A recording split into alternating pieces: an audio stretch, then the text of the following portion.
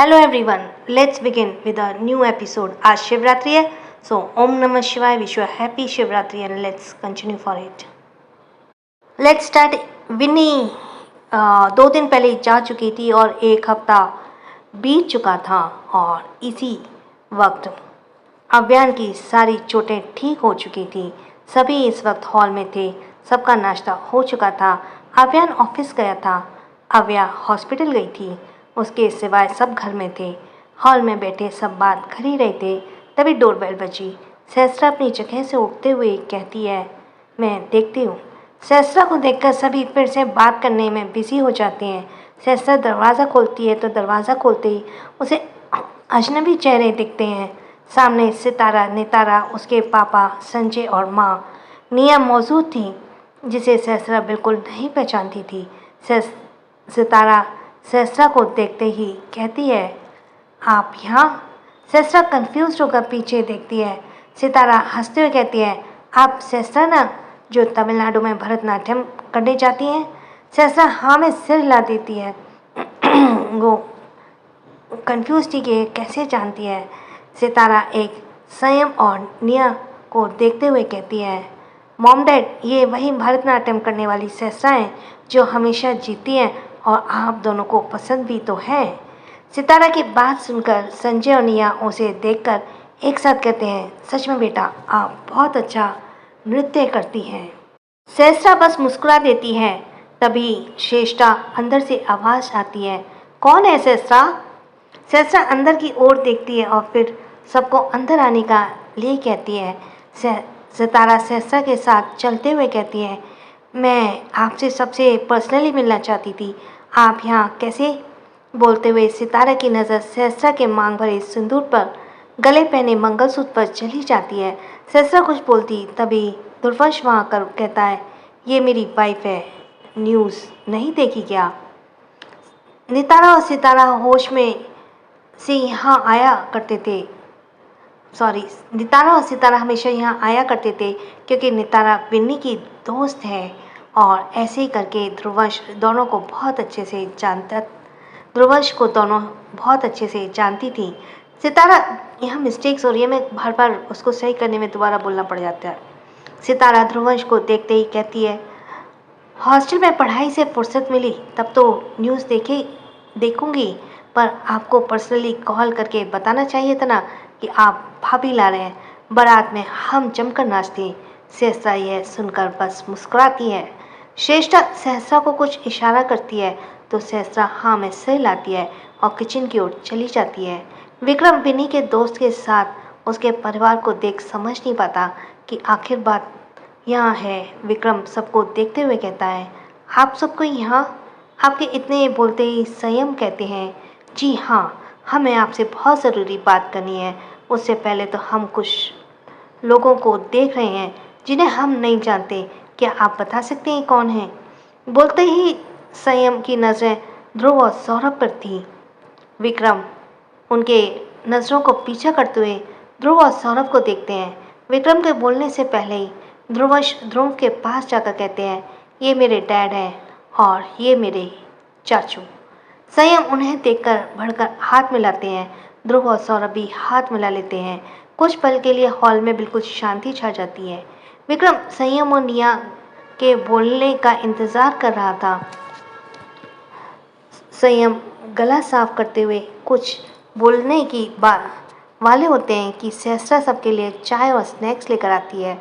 सहस्रा सबको चाय देती है और फिर ध्रुवंश के बगल में खड़ी हो जाती है। ध्रुवंश सबको सहस्रा से मिलाते हुए कहता है, ये है सहस्रा, मेरी वाइफ। यह सुनकर सहस्रा ध्रुवंश को देखती है। उसे बिल्कुल अच्छा नहीं लग रहा था किसी दूसरे की वाइफ से इंट्रोड्यूस होना, पर वह कुछ भी नहीं कह सकती थी। संयम थोड़ा रुकता है और फिर उसे बात के सामने रखते हुए, जी हम यहाँ आपके परिवार से रिश्ता जोड़ने आए हैं। विक्रम, हम अपनी बेटी सहस्रा नहीं आएगा, वो क्या है, सितारा आएगा, के लिए आपके बेटे अव्यान का हाथ मांगने आए हैं। जैसे ही सारा परिवार यह सुनते हैं, वो जैसे सदमे में ही चले जाते हैं। सहस्रा के तो जैसे पैरों तले जमीन खिसक जाती है। उसके अपने पति का कोई शादी के हाथ मांग रहा है, वो भी उसके सामने। इसके बावजूद सहस्रा कुछ नहीं कह सकती क्योंकि वह तो इस वक्त ध्रुवंश की पत्नी बनी बैठी है। सहस्रा को यह सुनकर इतना ज़्यादा तकलीफ होने लगती है कि उसके लिए सहना मुश्किल होने लगता है। वहीं ध्रुवंश के साथ बाकी सबकी नज़रें भी सहस्रा पर चली जाती हैं। सहस्रा के चेहरे को दर्द साफ दिख रहा था। स्वयं किसी के एक्सप्रेशन को नहीं देख रहे थे। वह मुस्कुराते हुए कहते हैं, बड़ी अजीब बात है ना, मतलब हमेशा तो लड़की का हाथ मांगना जाता है, पर हम पहले हैं कि लड़के का हाथ मांगने आए हैं। अपनी बेटी के प्यार के लिए कुछ भी करना पड़ता है। सहस्रा की आंखों में हल्की नमी सी छा जाती है। सहस्रा सितारा को देखती है जिसके होठों पर शर्माहट भरी मुस्कान थी और वह सिर हल्के झुकाए हुई थी। विक्रम को समझ ही नहीं पाता कि आखिर वो कैसे मना करे या क्या करे, इसलिए सहस्रा सबको देखते हुए कहती है, रिश्तों की बातें करें तो अव्यान को रिश्ते से जुड़ना पसंद नहीं है। मुझे नहीं लगता कि अव्यान कभी रिश्ते में जुड़ना चाहेंगे। निया एकदम से कहती है, रिश्तों से जुड़ना पसंद कैसी नहीं है। हाँ, शायद अभी पसंद ना हो, लेकिन एक बार सितारा से रिश्ता जुड़ जाए तो वह रिश्ते से जुड़ना भी पसंद करेंगे। श्रेष्ठा ये सुनकर जैसे पूरी स्पीचलेस हो जाती है। संयम फिर एक बार बात को आगे बढ़ाते हुए कहते हैं, नितारा की शादी तय हो चुकी है, तो उसने ही हमसे मांग की कि उसकी शादी और सितारा की शादी साथ साथ ही हो। और जब हमने सितारा से पूछा तो उसने जब हम सितारा से पूछा तो उसने कहा कि वो अव्यान से काफ़ी समय से प्यार करती है, तो हम आ गए, वरना हमें शादी की कोई जल्दी नहीं थी। संयम को हर एक बातें सहसा के दिल में तीर की तरह चुभ रही थी। उसने कहा कि वे अव्यान से काफ़ी समय से प्यार करती है, इसलिए हम आ गए, वरना हमें शादी की कोई जल्दी नहीं थी। संयम की हर एक बात सहसा के दिल से तीर की तरह चुभ रही थी। विक्रम उनके बातों को समझते हुए कहता है, हाँ ठीक है, लेकिन ये फैसला तो अव्यान का ही होगा ना कि वो क्या चाहता है। यह सुनते ही संयम और निया सितारा को देखते हैं तो सितारा सहमति जताते हुए हाँ में सिर हिला देती है। कुछ देर तक सितारा की फैमिली सभी से बात करते हैं, फिर वहाँ से चले जाते हैं। उनके जाते ही सहसा जो सबसे अपनी तकलीफ़ों को संभाले बैठी हुई थी, वह जल्दी से कमरे की ओर बढ़ने लगती है और ध्रुवांश भी उसे भाभी बुलाते हुए पीछे पीछे चला जाता है। सहसा को ऐसी जाता देख श्रेष्ठा दर्श को देखते हुए कहती है, तुमने देवेश को सहसा से शादी के बारे में बात बता दिया है ना? दर्श हाँ में सिर हिलाते हुए कहता है, बता दिया है डैड, 3-4 दिन में ही एक मीटिंग रखने वाले हैं जिसमें अव्यान को सबके सामने सहस्रा को वाइफ के तौर पर इंट्रोड्यूस करना होगा। और श्रेष्ठा राहत की सांस लेते हुए कहती है, शुक्र है अब तो सहस्रा को उसकी असली पहचान मिलेगी, वरना दुनिया के सामने किसी और की वाइफ बनकर रहना बहुत मुश्किल हो जाता है। आज ही देख लो, अव्यान के लिए रिश्ता तक आ गया। बोलते हुए श्रेष्ठा नाकारी में सिर हिला देती है। सहस्रा चलती जा रही थी, तभी ध्रुवंश उसका हाथ पकड़ लेता है। सहस्रा नम आंखों से ध्रुवंश को देखती और कहती है, प्लीज़ हमें अकेला छोड़ दीजिए। ध्रुवंश कुछ पल सहस्रा को देखता है और फिर उसका हाथ छोड़ देता है। सहस्रा जल्दी से भागकर कमरे में जाती है और अंदर से दरवाज़ा बंद कर लेती है। इतना करते ही वह बेड के दूसरी साइड जाकर नीचे बैठ जाती है और अपने घुटनों पर चेहरा छिपाकर रोने लगती है। वह अपने दुख को बाहर निकाले रोए जा रही थी। सहस्रा का रोना वक्त के साथ बढ़ता जा रहा था। वह खुद को एकदम अकेला महसूस कर रही थी, जिससे उसकी तकलीफें बढ़ती जा रही थी। ध्रुवंश के मैसेज की वजह से अव्यान भी सक्सेना हाउस जा चुका था। ध्रुवंश के मैसेज की वजह से अव्यान भी सक्सेना हाउस जा चुका था और अव्यान इस वक्त कमरे में के बाहर खड़ा था। अव्यान कुछ पल दरवाजे को देखता है और फिर उसके पॉकेट में चाबी निकालकर खोलता है। दरवाज़ा खुलते ही वह सहसा रोने में इतनी मग्न थी कि उसे पता ही नहीं चला।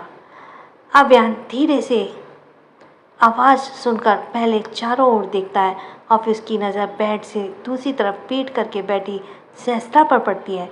उसे देख और रोने की आवाज़ सुनकर अव्यान के कदम उसकी ओर धीरे धीरे बढ़ने लगते हैं। कदम बढ़ते बढ़ते सहस्रा के पास पहुंच जाते हैं और अव्यान सहस्रा के सामने घुटनों के बल बैठ जाता है।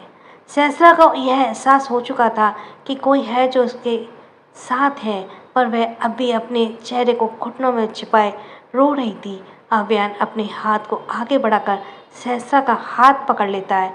अव्यान के छुअन को सहस्रा बहुत अच्छे से पहचानती थी। अव्यान के छुअन को महसूस करते ही सहस्रा सिर उठाकर उसे देखती है। अव्यान उसके सिर उठाते उसका चेहरा देखता है, जिस पर आंसू भरी पड़ी थी, आंखें सूज चुकी थी। उसकी नाक और गाल भी रोने की वजह से हल्के लाल हो चुके थे। फिर भी सहस्रा अब तक रो रही थी। रोते हुए सहस्रा के होठ हिल रहे थे। अव्यान ध्यान से सहस्रा के दर्द भरे चेहरे को देखता है और फिर एकदम से सहस्रा के हाथ को खींच लेता है, जिसे सहस्रा सीधे अव्यान के सीने से लग जाती है। सहस्रा भी अब घुटनों के बल खड़ी हो जाती है। अव्यान के सीने से लगते सहस्रा फिर से रोने लगती है। वह इस बात को बिल्कुल भी बर्दाश्त नहीं कर पा रही थी। उसके सिवाय अव्यान को कोई देखे, उसके साथ रिश्ते में बंधना चाहे। अगर अव्यान ने उसे पत्नी होने का हक दिया होता तो वह रोते हुए अपने दर्द को कम नहीं करती, बल्कि सबको मुंह तोड़ जवाब देती। उसे तो यह भी पता नहीं था कि अव्यान ये रिश्ता अपनी खुशी से रखा हुआ है या फिर मजबूरी से। जब तक अव्यान उसे सब कुछ क्लियर नहीं करेगा, तब तक वह वो किसी भी हक से अव्यान को पति नहीं मान सकती थी और ना ही अपने आप को अव्यान की पत्नी होने का हक दे सकती थी। अव्यान बस सहस्रा के बालों को सहलाते हुए चुप कराने की कोशिश कर रहा था। सहस्रा को जब दर्द बांटने वाला साथी मिल जाता है तो उसका रोना धीरे धीरे कम हो जाता है। अव्यान की करीबी पाकर उसकी दुख तकलीफ जैसे खत्म सी हो जाती है। सहस्रा अब बिल्कुल चुपचाप अव्यान के सीने से लगी हुई थी। अव्यान अब तक सहस्रा के बालों को सहला रहा था। कुछ देर बाद अव्यान का हाथ रुक जाता है। सहस्रा सिर उठाकर अव्यान को देखने लगती है। अव्यान भी सहस्रा की आंखों में देखता है। अव्यान अब उठने लगता है तो सहस्रा भी उसके साथ उठती है। दोनों खड़े होते हैं और खड़े होते ही अव्यान सहस्रा को गोद में उठा लेता है। सहस्रा अव्यान के गले में दोनों हाथ लपेट लेती है। दोनों की नज़रें एक दूसरे से आंखों में थी। अव्यान सहस्रा को वॉशरूम में लेकर जाता है और उसे स्लैब पर बैठा देता है। सहस्रा बस एकटक अव्यान को देख रही थी। अव्यान एक टॉवल लेकर हल्का भिगोता है और सहस्रा के चेहरे को पोंछने लगता है। आंसू उसके चेहरे से सूख चुके थे। पानी की वजह से सूखे आंसू मिट जाते हैं। अव्यान फिर एक बार टॉवल को भिगोकर फिर उसके एक हाथ से सहस्रा की आंखों को बंद करता है। सहस्रा की आंखें बंद होते ही अव्यान उसकी आंखों को पानी से भीगे टॉवल से पोंछता है। अब सहस्रा को चेहरा एकदम फेस सा लग रहा था, फ्रेश सा लग रहा था। अव्यान टॉवल को साइड में टांग देता है और फिर एक बार सहस्रा को गोद में उठा लेता है। सहस्रा अव्यान के एक नए रूप को पहली बार देख रही थी। सहस्रा अव्यान के इस नए रूप से पूरी तरह से खो चुकी थी। वह बस एकटक अव्यान को देखे जा रही थी। अव्यान बेडरूम में पहुंचकर सहस्रा को बेड पर लेटाता है। फिर सहस्रा अव्यान के गले में अपने हाथ को हटाती है और दोनों के बीच एकदम खामोशी सी। उसी खामोशी में अव्यान अब सहस्रा से दूर होने लगता है। अव्यान अपने कदम पीछे की ओर बढ़ा रहा था। यह देखकर सहस्रा की बेचैनी बढ़ जाती है। वह तुरंत उठकर अव्यान का हाथ पकड़ लेती है। मत जाइए ना प्लीज़। अव्यान सहस्रा के पकड़े हाथ को देखता है और फिर सहस्रा बेचैनी से भरी हुई कहती है, प्लीज़। अव्यान सहस्रा के हाथ को पकड़ के उसके बगल में बैठ जाता है। सहस्रा अब अच्छे से बेड के ऊपर बैठकर अव्यान के सीने से लग जाती है।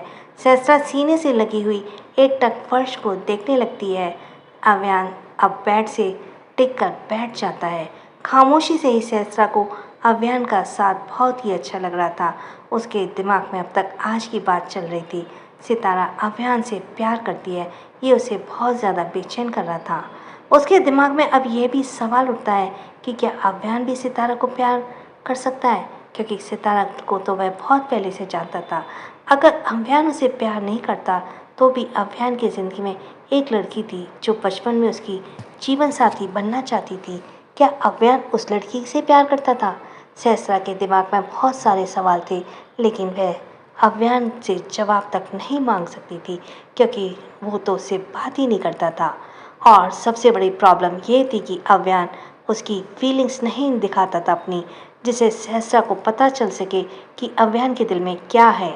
अव्यान सहस्त्रा के लिए एक मिस्ट्री बन चुका था, जिसके बारे में पता लगाना उसके बस की बात बिल्कुल नहीं था। सहस्त्रा ये सारी चीज़ों को सोचते हुए नजरें उठाकर अव्यान को देखती है, जो भावहीन उसे ही देख रहा था। इस भावहीन नजरों को समझना सहस्त्रा के लिए समझ पाना बहुत मुश्किल था। इसलिए वे अव्यान से नजरें हटाए चुपचाप आंखें बंद करके अव्यान के करीब को महसूस करने लगे। नेक्स्ट, रात के 10 बज रहे हैं और आव्या को हॉस्पिटल में बहुत ज़्यादा देर हुई। आव्या के साथ एक ड्राइवर और बॉडीगार्ड मौजूद हैं। उनकी कार चलती जा रही है और इस दौरान आव्या फ़ोन में ध्रुवन से बात कर रही है। आव्या थोड़ी इरिटेट होकर कहती है, इतना इम्पोर्टेंट बात करनी है तो अभी ही बता दो ना, इसके लिए घर आने की क्या ज़रूरत है। उधर से ध्रुवंश की आवाज़ आती है, फ़ोन में बताना सही नहीं होगा रहेगा। आव्या बाहर देखते हुए कहती है, ओह, तो उसमें इतना बोलते ही कार बहुत तेज़ आवाज़ के साथ रुकती है। आव्या ड्राइवर को देखते हुए पूछती है, क्या हुआ? ड्राइवर आगे देखते हुए कहता है, अचानक से कोई सामने आ गया है। आव्या बॉडीगार्ड को देखती है। बॉडीगार्ड कार से उतरकर बाहर जाता है। वहीं ध्रुवंश आव्या से पूछता है, ऑलराइट ट्यूलिप? आव्या सामने की ओर देखते हुए कहती है, हाँ रुको मैं देखती हूँ। बोलते ही आव्या कॉल कट करके कार से नीचे उतरती है। आव्या उतरकर सीधे बॉडीगार्ड के पास जाती है। बॉडीगार्ड एड़ियों के बल बैठा हुआ था और एक आदमी जो नीचे गिरा था उसे चेक कर रहा था। बॉडीगार्ड आव्या की ओर मुड़कर कुछ बोलने ही वाला था कि नीचे गिरे आदमी सीधे बॉडीगार्ड के गर्दन पर चाकू घुसा देता है और आव्या एकदम पीछे हटकर उस आदमी को देखती है। तभी एक आदमी ड्राइवर के गर्दन पर चाकू घुसा देता है। उसकी चीख से आव्या की नज़र उस ओर जाती है। आव्या चारों तरफ देखती है। बहुत से आदमी जो अजीब से कपड़े पहने हुए थे, वे सब आव्या को ही बढ़ रहे थे। आव्या के चेहरे पर डर नहीं था, वह बस सबको देख रही थी। 15 से 16 आदमी निकलकर बाहर आते हैं। 4 आदमी आव्या की ओर बढ़ने लगते हैं। ये देखकर आव्या के सीक्रेट बॉडीगार्ड आगे बढ़ते हैं और बढ़ने को होते हैं कि तभी वह सब देखते ही देखते सारे आदमी डर से भाग जाते हैं। इसलिए वह सब फिर से एक बार रुक जाते हैं। सीक्रेट बॉडीगार्ड हमेशा सीक्रेट ही रहा करते थे। वह सब ज़्यादा खतरा होने पर ही निकलते थे। आव्या सबको डर से भागता देख चारों ओर देखती है। अचानक उसकी नज़र अंधेरे में खड़े इंसान पर जाती है, जिसका चेहरा तो नहीं दिख रहा था लेकिन बॉडी अच्छे से दिख रही थी। उसने इस वक्त अपने दोनों हाथ पॉकेट में डाले हुए थे। आव्या उसकी ओर बढ़ने लगती है। बढ़ते बढ़ते वह उसके पास पहुंच जाती है। आव्या जिसके करीब जाती है उसे रुद्र का चेहरा दिखता है। रुद्र आव्या को देखकर एकदम भड़ता है, जिसे सारे सीक्रेट गार्ड्स बॉडीगार्ड्स को उसका चेहरा दिखता है। रुद्र अपने पॉकेट से एक हाथ निकालता है और आव्या के गर्दन पर हाथ रखे अपनी ओर खींच लेता है और आव्या के गर्दन पर टैप करता है, जिससे आव्या बेहोश हो जाती है। आव्या रुद्र के गले लगी हुई थी और रुद्र उस ओर देखता है जहाँ सीक्रेट बॉडीगार्ड छुपे हुए थे। उस ओर देखते हुए वह कुछ इशारा करता है, फिर आव्या को गोद में उठाकर अपनी कार में ले जाता है। रुद्र आव्या को अपने साथ बैक सीट पर बिठाता है। धीरे उसके बैठते ही कार स्टार्ट होती है। रुद्र आव्या के चेहरे को बहुत गौर से देखने लगता है। अचानक रुद्र को क्या होता है, वह बहुत अजीब नज़रों से आव्या के बॉडी को देखने लगता है। ऐसी नज़रों से कोई भी लड़की देखकर समझ जाए। रुद्र आव्या को एक हवस की नज़र से देख रहा था। खून का असर थोड़ा बहुत अलग हो सकता है, लेकिन बहुत कुछ ऐसा होता है जो उसमें आ ही जाता है। तो इस वक्त रुद्र को दिख रहा था कि आव्या से मिलने वाला रुद्र नहीं था, बल्कि वो रुद्रांश का असली बेटा लग रहा था। रुद्रांश जिस तरह से लड़कियों को देखता है, उसी तरीके से रुद्र आव्या को देख रहा था। आव्या तो बेहोशी में रुद्र की नज़र तक को देख नहीं पा रही थी। रुद्र अब आव्या के हाथ को बहुत गंदे तरीके से टच करता है। रुद्र उसके हाथ को लेकर गर्दन और फिर उसके होठों को टच करते हुए उसके होठों को बहुत गौर से देखने लगता है। उसके होठों को देखते हुए रुद्र को आव्या की लिफ्ट वाली बात याद आती है, जिसमें आव्या उसे किस वापस मांग रही थी। रुद्र अब आव्या के होठों को और बढ़ने लगता है। इस वक्त रुद्र की नज़र बस आव्या के होठों पर टिकी हुई थी। धीर जब बैक मिरर में रुद्र के एक्सप्रेशन देखता है तो वह एकदम से कहता है, boss you lose your control. जैसे ही रुद्र यह सुनता है वह रुककर आव्या के मासूम चेहरे को देखता है। रुद्र अब आंखें बंद करके अपने गर्दन पर हाथ फेरने लगता है। अचानक वह जोर से दरवाजे पर हाथ मारता है जिसे धीर थोड़ा सहम सा जाता है। रुद्र के मारने के कांच टूटकर उसके हाथ में चोट पहुंच जाती है। रुद्र कांच को देखता है जो आधा टूटा नहीं था, अब तक गड़ा हुआ था। रुद्र यह देखकर अपना हाथ उस नुकीले कांच से पर रखता है और अपने हाथ धंसाने लगता है। धीर उसे देखकर रहा था और कुछ कह नहीं रहा था। रुद्र के हाथ में कांच आर पार घुस जाता लग रहा था जैसे वह खुद ही अपने आप को सजा दे रहा हो। आव्या की बुरी नज़रों से देखने के लिए, आव्या को बुरे इरादों से टच करने के लिए और सबसे बड़ी बात आव्या का फ़ायदा उठाने की कोशिश करने के लिए। कांच उसके हाथ में घुसा हुआ था, उसे खून के रिस कर बाहर निकल रहा था, लेकिन रुद्र अपने हाथों को धंसाते जा रहा था।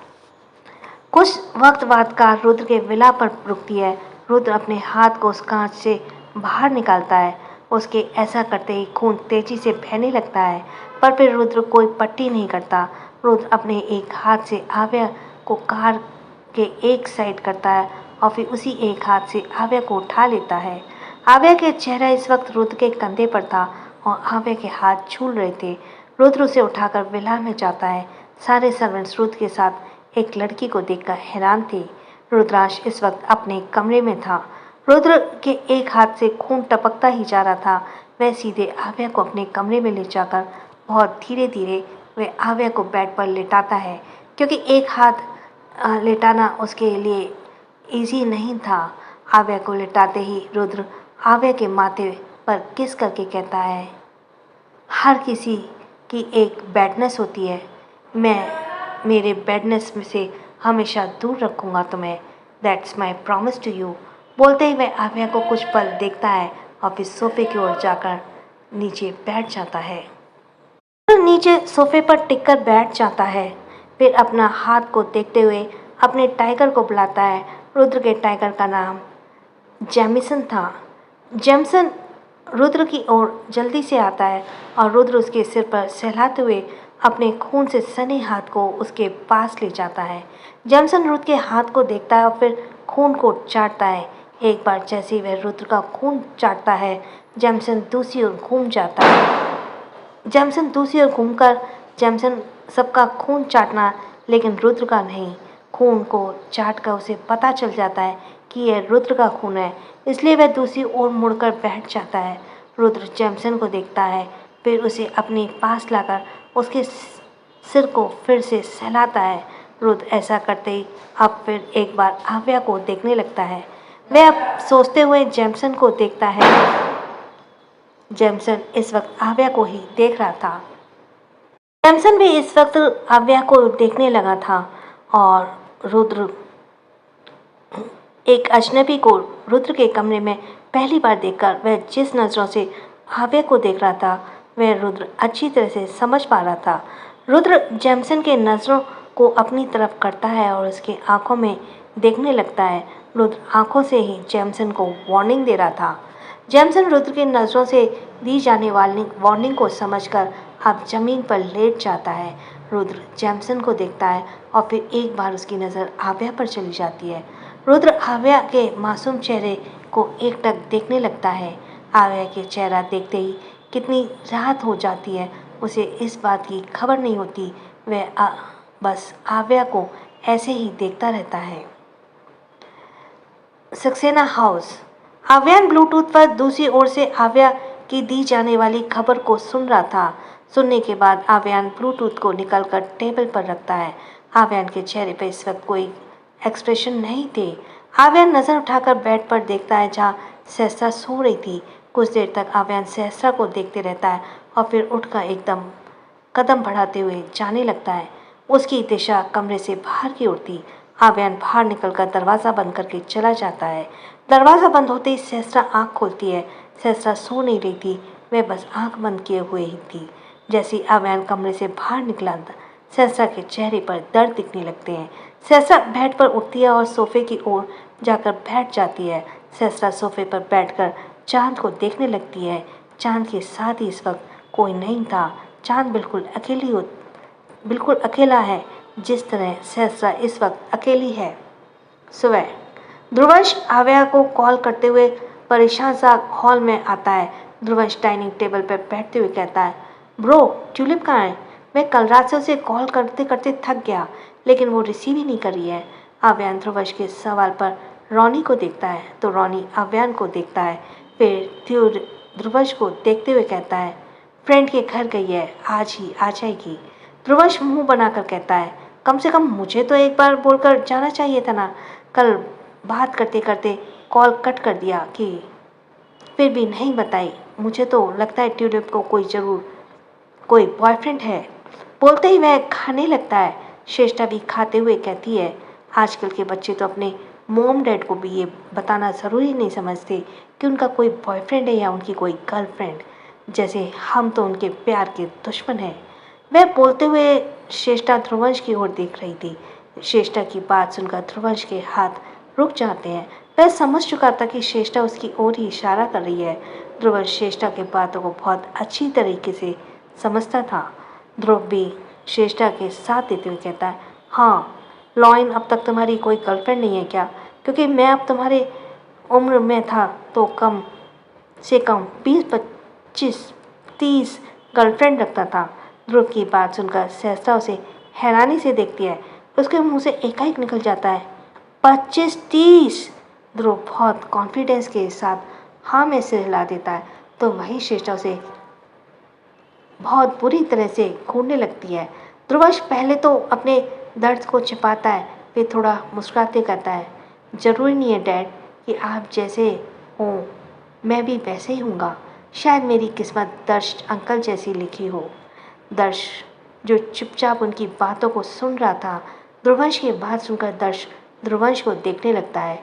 किसी को भी ध्रुवंश के पूरी बात का मतलब समझ नहीं आया था, सिवाय आव्यान और रोनी के। सौरभ दर्श को देखते हुए कहता है, दर्श जैसा मतलब क्या है तुम्हारा? बोलते हुए वह ध्रुवंश को देखता है।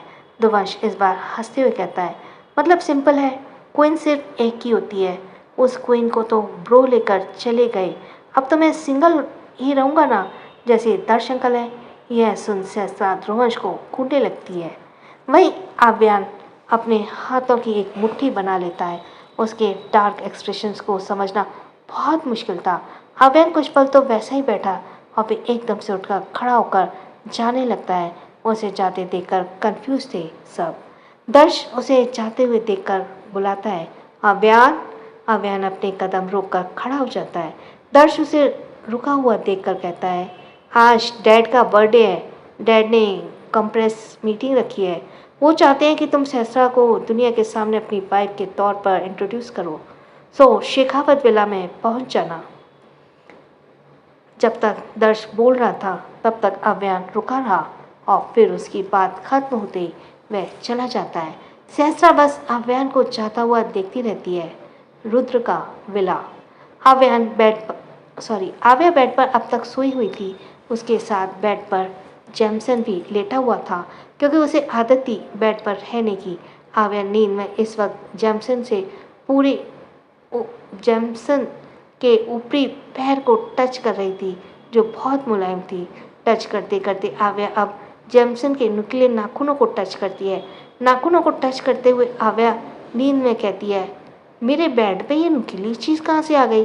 बोलते हुए आव्या हल्की हल्की आंखें खोलती है। आंखें खुलते जैसे ही आव्या की नज़र जैमसन के चेहरे पर जाती है, वह जोर से चिल्लाती है। आव्या बेड से उठकर चिल्लाते हुए सीधे जैमसन के ऊपर चढ़कर बेड से कूदती है। आव्या के चढ़ने से जैमसन दहाड़ता है, क्योंकि आव्या उसके पूरा ऊपर चढ़ी थी। आव्या चीखते हुए भागकर वॉशरूम ओर ही जा रही थी। आव्या की चीख सुनकर रुद्र वॉशरूम का दरवाज़ा खुलता है। आव्या इतनी तेज दौड़ रही थी कि रुद्र के दरवाज़ा खुलते ही वह एक झटके से रुद्र के सीने से टकराती है। रुद्र उसके लिए तैयार नहीं था, जिस वजह से वह सीधा आव्या के साथ फर्श पर गिर जाता है। आव्या डर से रुद्र को कसकर पकड़ लेती है। रुद्र अभी भी नहाया था, जिसमें उसे सिर्फ टॉवल पहनी थी। उसमें ऊपरी भाग पर कोई कपड़ा नहीं था। जस्ट वेट अ मिनट, ये वो जा रहा है, कावड़ जा रही है। और हो गया। डर की वजह से आव्या का दिल बुरी तेजी से धड़क रहा था, जो रुद्र बहुत अच्छे से महसूस कर पा रही थी, क्योंकि दोनों एक दूसरे से पूरी तरह से चिपके हुए थे। आव्या आंख मीचकर रुद्र के गले लगे हुए है, और गले लगे हुए आव्या के मुंह से आवाज निकलती है, शेर। रुद्र आव्या को करेक्ट करते हुए कहता है, वो शेर नहीं, टाइगर है। आवाज सुनती आव्या आंखें खोलती है, फिर थोड़ा उठकर रुद्र को देखती है, और एकाएक उसके मुंह से निकलता है, तुम। बोलते ही आव्या जल्दी से रुद्र के ऊपर से हटती है। आव्या खड़ी होकर कहती है, तुम मेरे कमरे में क्या कर रहे हो? रुद्र आव्या की बातें जैसे सुनता है, उसकी भौहें चढ़ जाती हैं। रुद्र भी अब तक उठकर खड़ा हो चुका था। रुद्र भौहें चढ़ाए आव्या को देखते हुए बोला, तुम्हारा कमरा? आव्या इसके आगे कुछ कहती, उसकी नज़र रुद्र पर पड़ती है, जो सिर्फ टॉवल में था। आव्या झट से आंखें बंद करके रुद्र से पीट करके थोड़ी तेज आवाज में कहती है, छी, तुम बिना कपड़ों के क्या कर रहे हो? आव्या के अटपटे सवाल को सुनकर रुद्र आव्या को थोड़ा करीब जाता है, उसके कान के पास कहता है, बाथरूम में बिना कपड़े के ही नहाया जाता है। रुद्र के करीब होने से उसकी गर्म सांसें आव्या के गर्दन पर पड़ रही थी, जिससे वह सिहर उठती है। आव्या अब तक आंखें बंद करके खड़ी थी, तभी उसे अजीब सा फील होता है। आव्या आंखें खोल देखती है, एकदम से चिल्ला उठती है। आव्या मुड़कर सीधे रुद्र के ऊपर चढ़ जाती है। आव्या रुद्र के कमर पर अपने दोनों पैर लपेट लेती है और अपने दोनों हाथ उसके गर्दन पर। आव्या पीछे जैमसन को देखते हुए चिल्लाती है, भगाओ उसे, तुम पागल हो, इंसान खाने वाले जानवर को कौन पालता है? आव्या के पैर बार बार फिसल रहे थे, जिससे वह बार बार संभालने की कोशिश कर रही थी। आव्या के ऐसे करने से रुद्र आव्या के पकड़ लेता है और जैमसन को देखकर कहता है, जैमसन गो। रुद्र की आवाज़ सुनते ही जैमसन वॉशरूम से निकल जाता है। आव्या उसे जाता हुआ देख रही थी। जैमसन जैसे ही वॉशरूम से निकलता है, आव्या रुद्र के ऊपर से नीचे उतर जाती है और जल्दी से दरवाजे को बंद कर लेती है। इतना करती आव्या पीछे मुड़कर रुद्र से कहती है, तुम जंगली इंसान, जंगल की प्रजाति को घर में क्यों पाल रखा है? किसी दिन तुम्हें ही खा जाएगा, ये शेर या टाइगर जो भी हो। रुद्र आव्या की बातों को इग्नोर करता हुआ कबर्ड की ओर बढ़ जाता है। आव्या वॉशरूम को ध्यान से देखती है तो उसे समझ आता है कि उसका वॉशरूम नहीं है। रुद्र कबर्ड से कपड़े निकालकर पहनने लगता है। आव्या का ध्यान अब रुद्र पर नहीं था। रुद्र अपने पूरे कपड़े पहनता है। आव्या को अब कल रात की सारी बातें याद आ रही थी। वह रुद्र की ओर मुड़कर कहती है, वो आदमी, वो सब कौन थे? तुम्हें देखकर क्यों भाग गए? तुम्हें इतने खतरनाक तो बिल्कुल नहीं, तुम इतने खतरनाक तो हो नहीं। रुद्र चलकर आव्या के बहुत करीब आकर उसके चेहरे पर झुककर कहता है, मैं इतना खतरनाक हूँ कि जंगल का शेर भी मुझसे डर जाए। इंसान तो छोटी सी बात है। रुद्र के बात को मजाकिया अंदाज में लेकर आव्या हंसते हुए कहती है, तुमसे और शेर डरेगा, तुमसे चींटी भी ना डरे। बोलते ही आव्या हंसने लगती है। रुद्र एकदम से आव्या का कमर पकड़कर खींच लेता है। आव्या की हंसी एकदम से गायब हो जाती है। आव्या रुद्र के चेहरे को देखने लगती है, जिस पर कोई भाव नहीं थे। रुद्र आव्या की आंखों में देखते हुए कहता है, जुनियत ना होती ना तुमसे तो उसी वक्त तुम्हें मार देता जब तुमने मुझे ऑर्डर दिया। 1 सेकंड नहीं लगता तुम्हें मारने में। कुछ पल तो आव्या रुद्र की आंखों में देखती रहती है और फिर रुद्र की पकड़ से छूटकर दूर होते हुए कहती है, फिल्म के डायलॉग अच्छा मार लेते हो, पर मुझ पर कोई ऐसा नहीं करने वाला मिस्टर रुद्र। बोलते ही आव्या हल्का मुस्कुराती है। रुद्र आव्या के चेहरे को देखता है और फिर वॉशरूम के दरवाजे को खोलता है। दरवाज़ा खुलते ही आव्या रुद्र का हाथ पकड़ लेती है। रुद्र आव्या के हाथ को देखते आव्या बस कमरे के चारों ओर जैमसन को देख रही थी, पर उसे जैमसन कहीं नहीं दिखा। रुद्र आव्या का हाथ पकड़कर आगे बढ़ जाता है। दोनों कमरे से बाहर निकलते हैं। आव्या बस जैमसन को देखने में लगी हुई थी, यह सोचकर कि जैमसन कहीं आ ना जाए। हाल पर बैठे रुद्रांश दोनों को आता देख रहा था। उसकी नज़र इस वक्त आव्या पर थी, जिसका चेहरा इस वक्त इतना अच्छे से नहीं दिख रहा था क्योंकि वह अब भी जेमसन को देखने में बिजी थी। अब आव्या को जेमसन नहीं दिखता तो वह आगे मुड़कर कहती है, कहाँ चला गया वो? बोलते ही आव्या की नज़र सीधे जाकर रुद्रांश के नज़र से टकरा जाती है। आव्या के कदम उसी जगह रुक जाते हैं। आव्या के कदम रुकने से रुद्र भी रुक जाता है। रुद्रांश का चेहरा देखकर आव्या को आज वही 18 साल पहले की जुदाई याद आती है। सिर्फ इसी इंसान की वजह से उसका पूरा परिवार बिखर चुका था। आव्या इस इंसान के चेहरे को कभी नहीं भूल सकती थी। आव्या के अंदर नफरत की आग ज्वालामुखी की तरह उमड़ रही थी। आव्या का हाथ रुद्र के हाथों पर कस जाते हैं, जिसे महसूस करते रुद्र आव्या के हाथ को देखता है, फिर उसके चेहरे को। आखिर में वो उसके नज़रों को देखता है जो सिर्फ रुद्रांश पर टिकी हुई थी। रुद्रांश भी आव्या के चेहरे को देखकर थोड़ा कंफ्यूज था। आव्या का चेहरा काव्या जैसा था और रुद्रांश अपनी पहली पसंद को कभी नहीं भूल सकता था। काव्या वो पहली लड़की थी जिसे रुद्रांश ने पसंद किया था। वो पसंद जिसे वह पाना चाहता था, उसके जिस्म को पाना चाहता था। रुद्रांश काव्या को कभी नहीं भूल सकता। रुद्रांश के हिसाब से तो पूरा सिंघानिया परिवार मर चुका था, पर आव्या को देखकर उसे बहुत ज़्यादा कन्फ्यूजन होने लगा। रुद्रांश आव्या के ऊपर से नीचे तक देखने लगता है। यह देखकर रुद्र एकदम सर्द आवाज में कहता है, dad, don't look at her like that, otherwise आप किसी को देखने लायक नहीं रहेंगे। यह सुनकर आव्या की नज़र रुद्रांश से हटकर रुद्र पर जाती है। रुद्रांश तुरंत आव्या से नज़र हटाकर रुद्र को देखते हुए कहता है, धमकी दे रहे हैं मुझे? रुद्र तुरंत कहता है, आपको क्या लगता है? रुद्र का फेस एकदम डार्क था, जिसे रुद्रांश नजरें हटा लेता है। रुद्र रुद्रांश को देखते हुए सख्त लहजे में कहता है, शी इज़ माई गर्ल। इसे देखने का हक सिर्फ मुझे है और मेरा हक कोई छीने तो पता है ना मैं क्या करता हूँ। रुद्रांश के शरीर में रुद्र की बात सुनकर डर की लहर दौड़ जाती है, पर वह जल्दी खुद को संभाल कर झल्लाते हुए कहता है, हाँ हाँ, अब बात बात पर धमकी देना बंद करो। Tiger, I am your dad. आव्या दोनों बाप बेटों को देखती है। हालांकि अब आव्या को अब भी गुस्सा आ रहा था, लेकिन वह इस तरह रुद्र के सामने कुछ नहीं कर सकती थी। रुद्रांश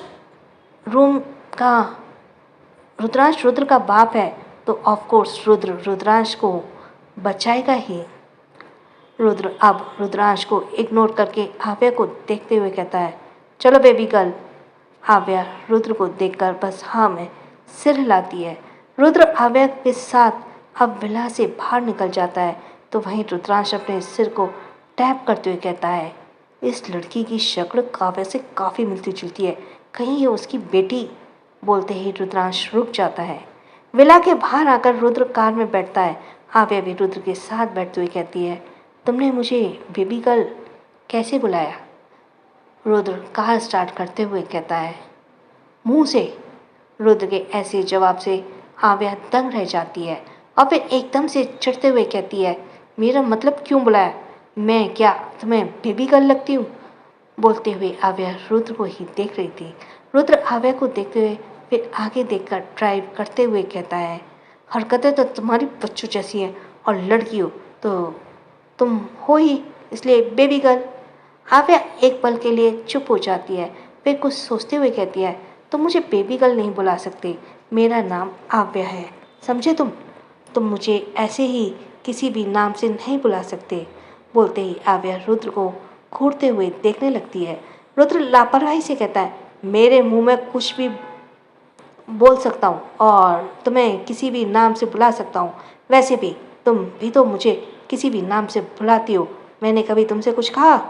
रुद्र की बात पर आव्या सहमति है, क्योंकि वो भी रुद्र को सहमति नहीं, सहमत थी, क्योंकि वो भी रुद्र को कभी भी कुछ भी बुलाती थी, पर रुद्र उससे कुछ नहीं बोलता, इसलिए अब आव्या चुप हो जाती है। वैसे भी उसे बहुत भूख लग रही थी, वो अपना एनर्जी ऐसे वेस्ट करके भूख को बढ़ावा नहीं दे सकती थी। वहीं रुद्र तो बहुत काम बोलता था। वह आव्या के आने से काफ़ी ज़्यादा बोलने लगा था, वो भी बेकार के टॉपिक पर, जो वह पहले सुनता तक नहीं था। लेकिन आव्या के आने से वो ऐसी बेकार की बातें सुनता भी है और आर्गुमेंट भी करता है। रुद्र कार एक होटल के सामने रुकता है, जिसे देखकर आव्या कंफ्यूज होकर होटल को देखती है। आव्या कुछ बोलती उससे पहले रुद्र कार से उतर जाता है और कॉल करके ऑर्डर देता है। आव्या भी कार से बाहर आती है। रुद्र फ़ोन अपनी पॉकेट में रखकर आव्या का हाथ पकड़कर होटल के अंदर जाने लगता है। आव्या रुद्र से सवाल कर रही थी, पर वह कोई जवाब नहीं दे रहा था। रुद्र और आव्या एक कमरे में जाते हैं। धीर कुछ सामान लेकर कमरे में अंदर आता है और आव्या को पकड़ते हुए और धीर कुछ सामान लेकर अंदर आता है और आव्या को पकड़ाते हुए, मैम ये सब आपके लिए है। आव्या सारा सामान लेती है। रुद्र आव्या को देखते हुए कहता है, जल्दी से रेडी हो जाओ। बोलते ही वह बेड के पास जाकर बैठ जाता है और अपने फ़ोन में देखने लगता है। धीर कमरे से बाहर चला जाता है। आव्या एक नज़र रुद्र को देखकर वॉशरूम में चली जाती है। आव्या सामान को निकालते हुए देखने लगती है। उसमें आव्या जिस ब्रांड के टूथब्रश यूज़ करती थी वही टूथब्रश और कॉलगेट थी, साबुन, शैम्पू और बहुत से सामान थे। आव्या दूसरा बैग खोलकर देखती है तो उसमें आंखें हैरानी से बड़ी हो जाती है। उस बैग में आव्या के लिए एक रेड कलर की वन पीस ड्रेस के साथ उसके यूजी भी थे, वो भी उसी ब्रांड के जिस ब्रांड के वो पहनती थी।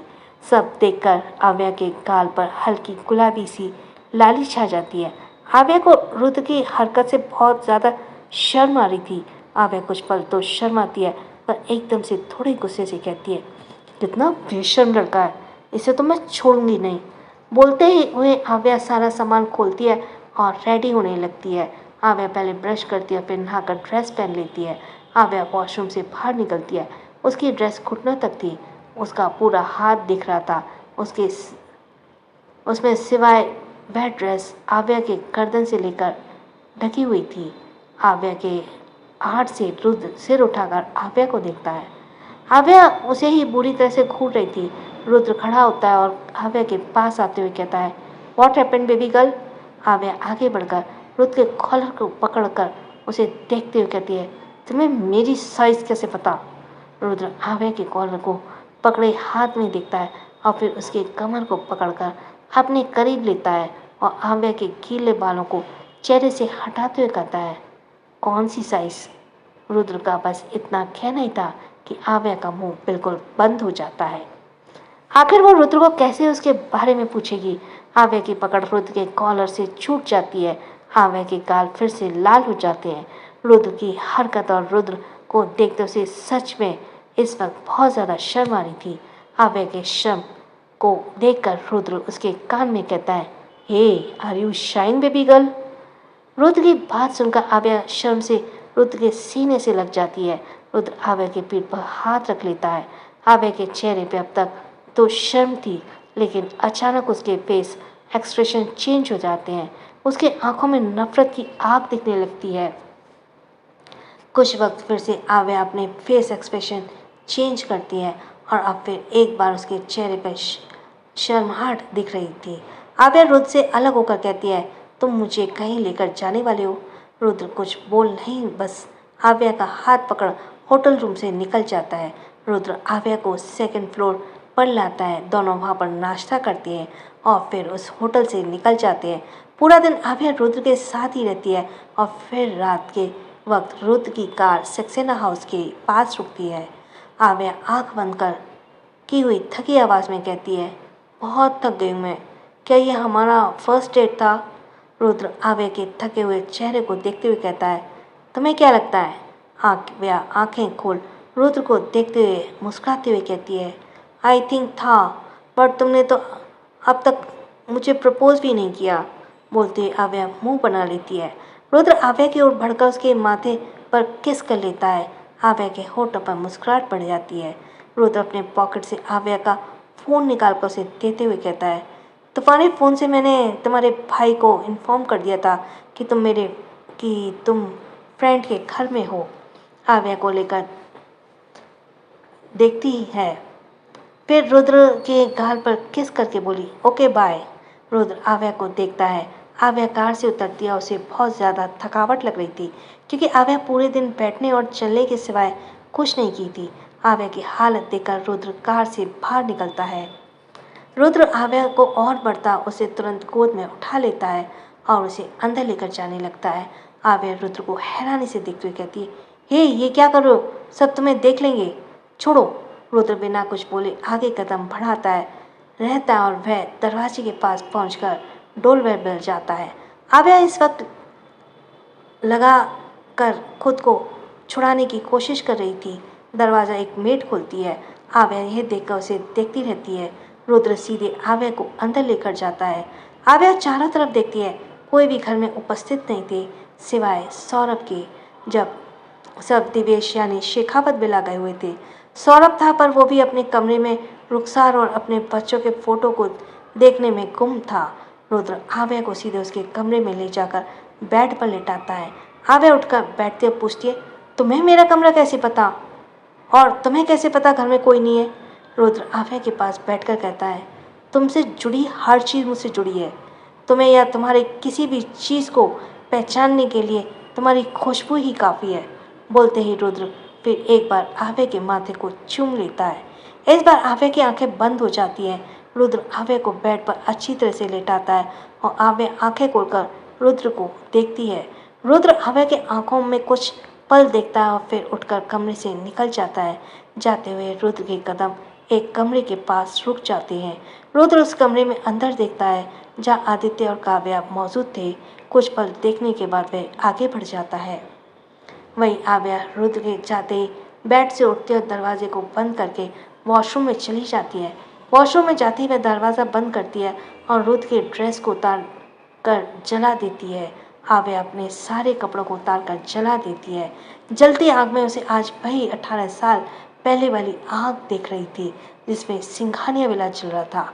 आव्या शॉवर ऑन करके उसके नीचे खड़ी हो जाती है और बुरी तरह से अपने शरीर को रगड़ने लगती है। आव्या ऐसे करके रुद्र के हर छुअन को खुद से दूर कर रही थी। वहीं रुद्र आव्या के कमरे की ओर एक नज़र देखकर कार में बैठता है और स्टार्ट करके चला जाता है। सच चाहे जितनी भी छुपा लो कभी छुपता नहीं। तुम चाहे मुझसे जितना भी दूर होना चाहो पर कभी दूर होगी नहीं। जुनून हो तुम मेरी, चाहे जितना भी मुझसे नफरत कर लो, मेरी जुनूनियत तुम्हें अपना बनाकर रहेगी। रुद्र इतना कहकर सीटी बजाते हुए बहुत तेज रफ्तार से कार चलाता है। इसका मतलब कि उसे पता पड़ गया कि वो उसे नफरत कर रही है। पार्टी बहुत पहले ही शुरू हो चुकी थी और सहस्त्रा रेड कलर के गाउन में खड़ी थी।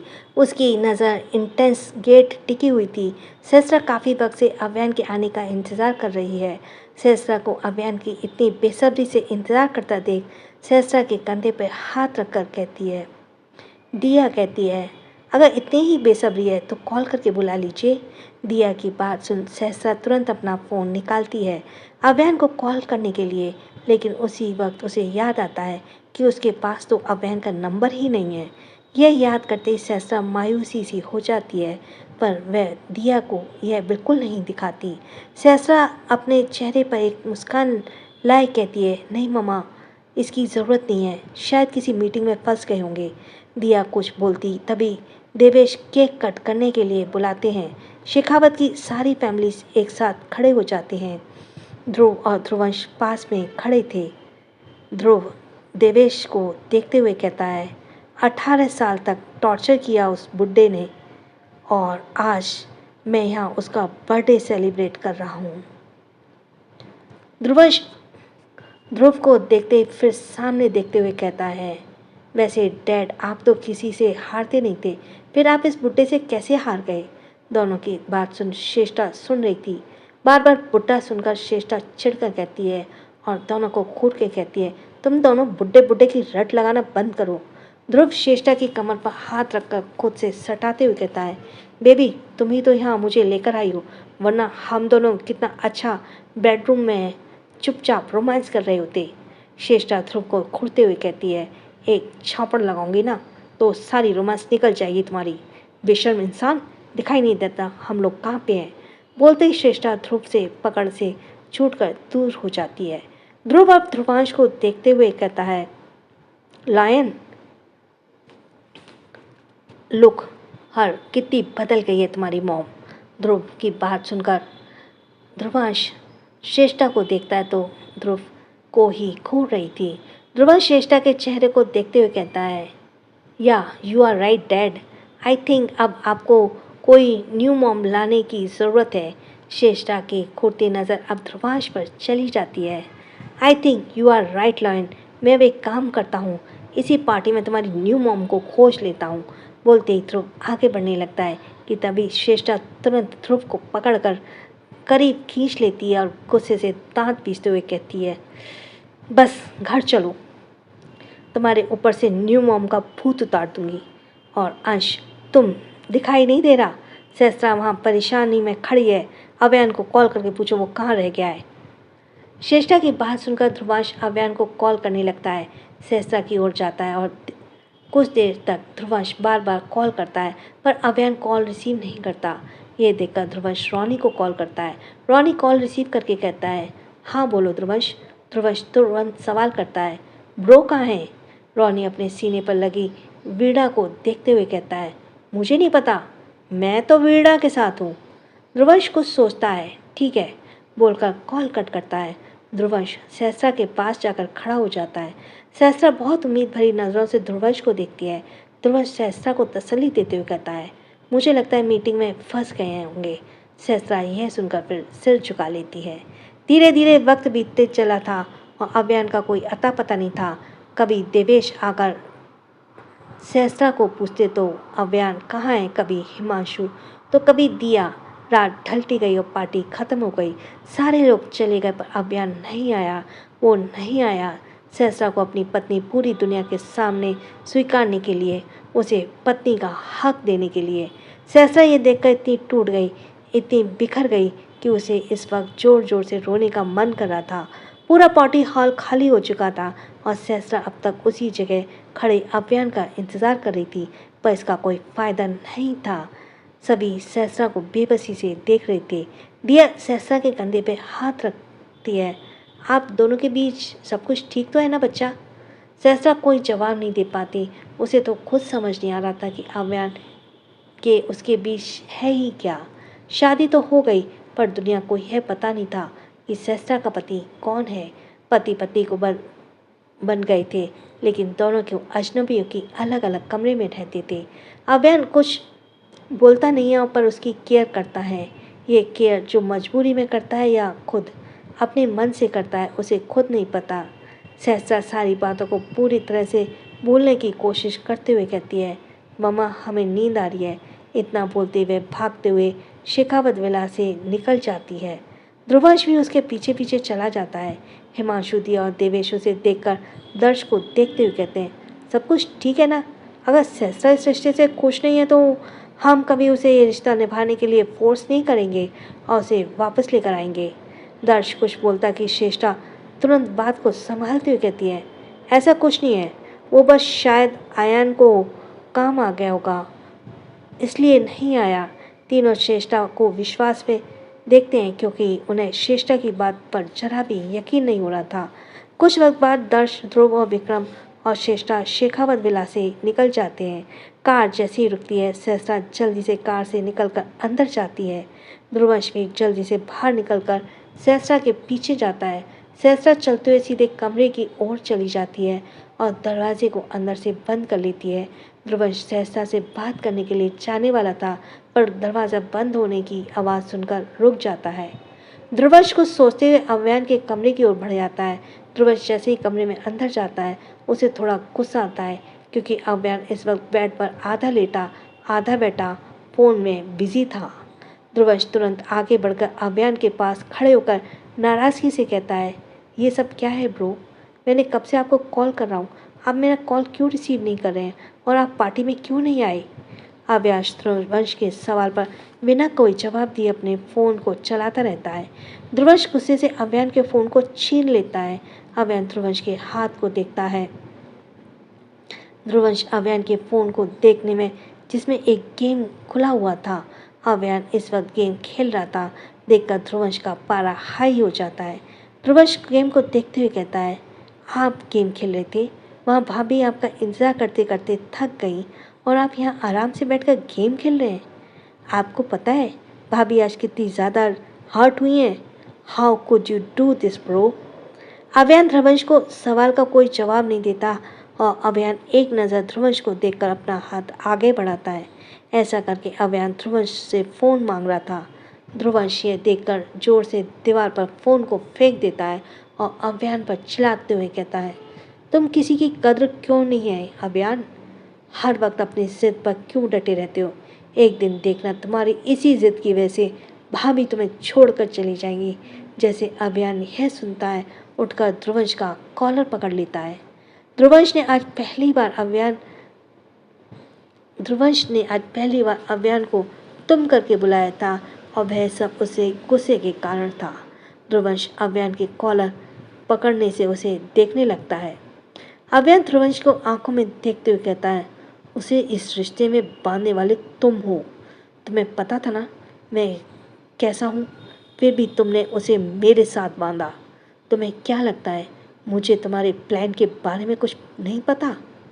धारा से प्यार करने वाला ध्रुवंश शादी के लिए कैसे माना? मैं बेवकूफ़ नहीं हूँ, समझे तुम?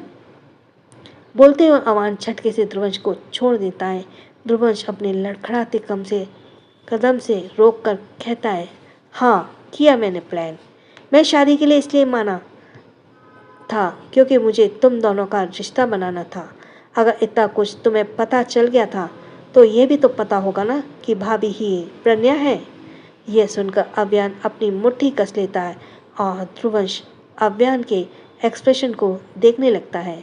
अव्यान एकदम से बोलता है, वो मर चुकी है, now let's get out of my room. Dhruvansh यह सुनकर थोड़ा हैरान होता है क्योंकि अव्यान का इमोशनल कभी गलत नहीं होता था इन्फॉर्मेशन। वह सिर झुकाते हुए सोचते हुए कहता है, इसका मतलब आप कभी भाभी को अपनी वाइफ बनाकर इंट्रोड्यूस नहीं करेंगे?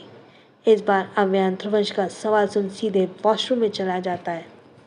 ध्रुवंश तो बस अव्यान के विश को पूरा कर रहा था। ध्रुवंश तो बस काव्य की विश को पूरा कर रहा था, लेकिन अब वह खुद को काव्य के विश को तोड़ने वाला समझ रहा था। उसने इतनी बड़ी गलती हो गई कि किसी के बिहेवियर को देखकर ध्रुवंश से उसे प्रज्ञा समझ लिया। बिहेवियर तो मिल गया, लेकिन अब देखना तो यह था कि सहस्रा सच में प्रज्ञा है या प्रज्ञा सच में मर चुकी है। अगली सुबह सभी डाइनिंग टेबल पर बैठे हुए और सहस्रा आज गायब थी। वहीं आव्या किसी सोच में डूबी हुई थी। आव्या ने किसी को भी रुद्रांश के बारे में नहीं बताया। आव्या बहुत धीरे धीरे खा रही थी। उसका ध्यान आज किसी पर नहीं था। श्रेष्ठा सीढ़ियों से ऊपर कमरे की ओर देखकर कहती है, आज सहस्रा कहाँ रह गई? ध्रुवंश एक नज़र अव्यान को देखता है जो आराम से नाश्ता कर रहा था। ध्रुवंश अपनी जगह से उठते हुए कहता है, मैं देखकर आता हूँ। बोलते ही ध्रुवंश सीढ़ियों से दौड़ते हुए कमरे की ओर चला जाता है। ध्रुवंश कमरे के पास जाकर दरवाज़ा नॉक करता है, पर अंदर से कोई आवाज़ नहीं आती। ध्रुवंश बहुत देर तक नॉक करता है और फिर आवाज़ भी देता है, पर अंदर से कोई आवाज़ नहीं आती। हार मानकर ध्रुवंश दरवाज़ा को देखकर नीचे जाता है और अपनी जगह बैठते हुए कहता है, अंदर से कोई रिस्पॉन्स नहीं आ रहा है, पता नहीं सो रही होंगी शायद। श्रेष्ठा थोड़ी परेशानी से कमरे की ओर देखती है। सभी अब नाश्ता करने में बिजी हो जाते हैं। तभी आव्या उठ जाती है। ध्रुवंश उसे देखता है और फिर नाश्ते को जो पूरा खत्म नहीं हुआ था यह देखकर ध्रुवंश कहता है, क्या हुआ टुलिप, नाश्ता फिनिश किए बिना उठ गई क्यों? आव्या अपने नाश्ते को देखती है और फिर अपने पेट पर हाथ रखते हुए कहती है, मेरा पेट भर गया। यह सुनकर आव्यान की नज़र भी आव्या पर चली जाती है। वहीं ध्रुवंश आव्या को ऊपर से नीचे तक देखते हुए कहता है, लग तो नहीं रहा। आव्या बोलने को होती है, पर ध्रुवंश उसे खींचकर फिर से बिठाता और कहता है, चलो आज मैं तुम्हें अपने हाथ से खिलाता हूँ। इतना बोलते ध्रुवंश एक बाइट आव्या की ओर बढ़ाकर कहता है, हाँ मुँह खोलो। आव्या ध्रुवंश के हाथ से बाइट खाकर मुंह बनाते हुए कहती है, अंश मुझे सच में भूख नहीं है। ध्रुवंश फिर से एक बाइट बढ़ाकर कहता है, कोई नाटक नहीं चलेगा, मुंह खोलो। दोनों को देख सभी मुस्कुरा रही थी। आव्या नाश्ता खत्म होते ही ध्रुवंश के माथे पर किस करते हुए कहती है, मैं शाम को जल्दी आ जाऊंगी, मेरा बच्चा रोना मत, ओके। ध्रुवंश आव्या को घूर कर देखता है तो वहीं रोनी, सौरभ और श्रेष्ठा की हंसी आ जाती है। आव्या भी हंसते हुए बैग लेकर निकल जाती है। आव्यान आव्या को जाते हुए देखता है और फिर रोनी को देखकर इशारा करता है। रोनी बस हाँ में सर हिला देता है। सभी के जाने के बाद आव्यान सहसा के कमरे की ओर बढ़ जाता है। आव्यान इधर उधर देखते हुए लॉक खोलता है और अंदर जाता है। अंदर जाकर देखता है तो सहसा कमरे में नहीं होती। यह देखकर आव्यान वॉशरूम में जाता है। वॉशरूम में जाकर देखता है तो सहसा जमीन पर आंखें बंद करके बैठी थी और शॉवर का पानी उसके ऊपर गिरे ही जा रहा था। आव्यान उसके करीब जाकर देखता है तो उसे समझ आता है कि सहसा बेहोश है। बेहोश होने के बावजूद उसका शरीर ठंड से कांप रहा है। आव्यान जल्दी से शॉवर ऑफ करता है और उसी बेहोशी में सहसा को खड़ा करके कमर से पकड़ लेता है। आव्यान सहसा को गले लगाकर उसे गाउन का जिप खोलता है और अपनी आंखें बंद करके उसके गाउन को चेंज करता है। अब आव्यान के हाथ उसके ऊपर थे और उसे ये चेंज करते हुए वह अपना होश खोता जा रहा था और फिर वह उसे हालांकि देखता नहीं है, लेकिन वो अपने होश खोते हुए वह उसकी गर्दन को किस किए जा रहा था।